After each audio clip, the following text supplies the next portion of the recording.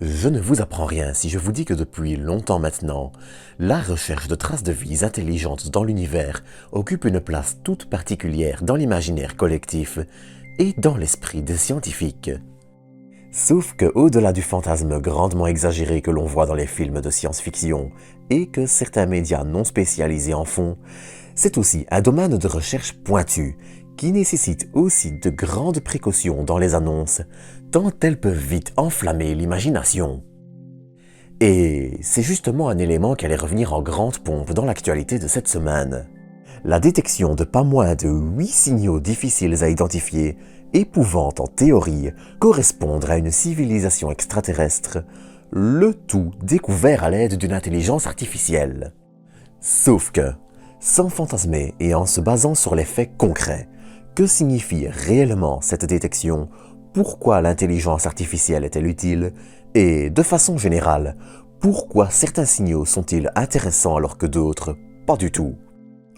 Eh bien, pour aujourd'hui, je vous propose de décortiquer cette actualité en restant dans les faits concrets sans se prendre la tête, tout en voyant pourquoi un signal intéressant ne doit pas être surévalué et en quoi il consiste. Car au-delà du fantasme un peu exagéré de la découverte d'extraterrestres, il y a aussi de la science intéressante et des faits qu'il est toujours bon de connaître. Mais d'abord, pour commencer, il va être important de distinguer deux choses lorsque l'on recherche de la vie dans l'univers. D'un côté, les biosignatures et de l'autre, les technosignatures.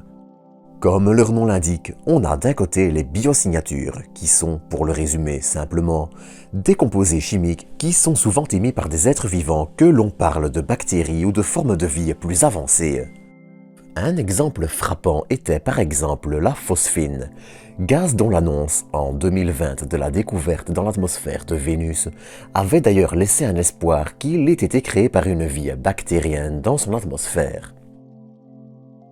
Si on sait maintenant que cette phosphine viendrait vraisemblablement du volcanisme, et même si cette détection reste très probablement un faux positif, plein d'autres composés peuvent être qualifiés de biosignatures. L'oxygène, par exemple, est un gaz produit en grande partie par la vie et, sur Terre, il n'y en aurait qu'un dixième s'il n'y avait pas de vie. Ainsi, détecter plusieurs biosignatures dans l'atmosphère d'une exoplanète peut être un indicateur d'une forme de vie, même si on n'en a encore jamais trouvé à ce jour. Et en face de ça, il y a d'autres signatures qui sont aussi recherchées, les technosignatures. Contrairement aux biosignatures, elles ne sont pas des composés chimiques, mais des signaux radio pouvant trahir une technologie. Je m'explique. On n'y pense pas toujours quand on en parle, mais les ondes radio sont comme la lumière visible, de la lumière composée de photons. Ainsi, et c'est important de le comprendre, si on parle de lumière visible comme au hasard du bleu, d'ondes radio, de rayons gamma, de micro-ondes de votre machine à réchauffer les plats favorites, ou d'ondes radio, il s'agit toujours de lumière mais avec une longueur d'onde, et donc une quantité d'énergie différente. Il est en effet intéressant de noter que plus les longueurs d'onde sont courtes, plus il y a d'énergie. Mais bref. Pour comprendre ce qu'est une technosignature, il suffit en fait de regarder un peu autour de nous. Votre téléphone, la radio de votre voiture, votre GPS qui communique avec un satellite. Tous ces objets ont un point commun. Ils utilisent une ou une poignée de longueurs d'onde bien précises pour communiquer avec leur cible. Et c'est assez logique. Plus vous émettez un signal dans de nombreuses longueurs d'onde, plus vous gaspillez de l'énergie, et plus capter le signal sera difficile. Bon, je vous l'accorde, c'est résumé assez basiquement, mais l'idée ici est simplement de s'offrir une petite vue d'ensemble. Rechercher une technosignature, vous le voyez venir, consiste donc à pointer un radiotélescope vers une ou plusieurs étoiles, en espérant capter des ondes radio provenant de planètes situées autour. Sauf que l'espace, par définition, est bourré d'ondes radio de toutes sortes provenant de plein de cibles différentes. Pour différencier une technosignature d'un signal normal, on va donc rechercher un signal qui est émis dans une longueur d'onde bien précise et qui correspond plus ou moins à ce qu'il est logique d'utiliser. Des fréquences qui ne sont pas trop polluées par des événements naturels, comme le soleil qui est aussi un bel émetteur d'ondes radio, dans un paquet de fréquences. Et quand je vous dis que niveau radio, l'espace est un joyeux bazar, histoire de ne pas dire un mot qui me ferait sauter la monétisation, voici par exemple une carte des émissions captées par le satellite Wind, placée en orbite autour du point de Lagrange L1 en 1994. On y voit les ondes radio provenant de la Terre, mais aussi de Jupiter et du Soleil. S'ajoutent à ça les sursauts radio rapides qui peuvent être émis par des étoiles comme les magnétars, mais qui sont aussi mal compris, les galaxies à forte émission radio et encore bien d'autres. Ainsi, rechercher un signal modérément faible et dans une longueur d'onde précise est encore plus difficile que rechercher une aiguille dans une botte de foin. Vous vous en doutez donc, la recherche de ce type de signal ne peut se faire que dans notre galaxie et également dans notre voisinage relativement proche. Une longueur d'onde pratique pour ça est celle de l'hydrogène radio qui, dans une longueur d'onde de 21 cm, est assez libre du brouhaha ambiant et serait probablement celle privilégiée par une civilisation désireuse, elle aussi, de rechercher d'autres formes de vie et tentant de contacter quelqu'un.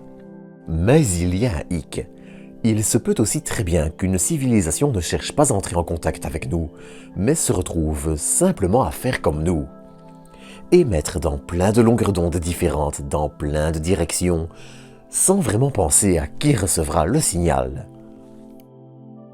Et si, par chance, vous détectez un signal qui peut être une technosignature, commence alors un long travail d'enquête pour déterminer toutes les sources possibles, qui peuvent parfois être vraiment très simples. Histoire vraie, un micro-ondes défectueux peut entraîner la détection d'un signal suspect et être un casse-tête à trouver. Pour preuve, dans le cas du radiotélescope de Green Bank en Virginie occidentale et sa parabole large de 100 mètres, il existe autour de lui une zone de 33 000 km², presque la taille de la Belgique, où les différents émetteurs d'ondes sont limités. Wi-Fi limité, câbles souterrains, faire attention à vos téléphones, plein de mesures différentes pour éviter de polluer certaines longueurs d'onde.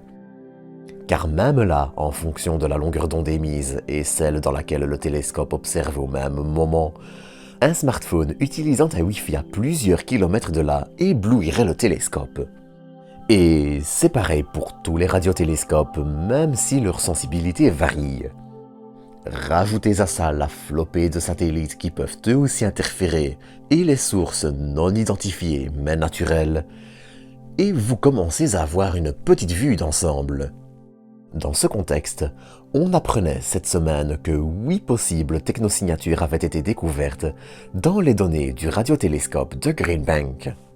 En fait, ce qui a été fait ici, c'est appliquer l'idée du machine learning pour repérer les signaux intéressants dans un total de 150 téras de données, répartis sur 820 observations d'étoiles en 2017, étoiles situées à entre 30 et 90 années-lumière de nous.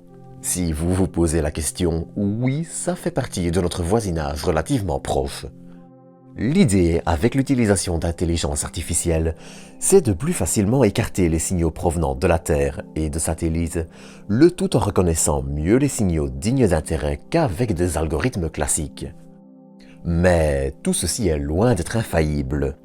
En fait, jusqu'à présent, aucun signal, pas même le fameux signal WOW, qui ne s'est avéré provenir d'aucun endroit logique pour une technosignature, et dans les faits, tous les signaux finissent un jour ou l'autre par se trouver soit une origine terrestre, soit une origine cosmique relativement explicable, ou qui ne collent pas avec une civilisation extraterrestre.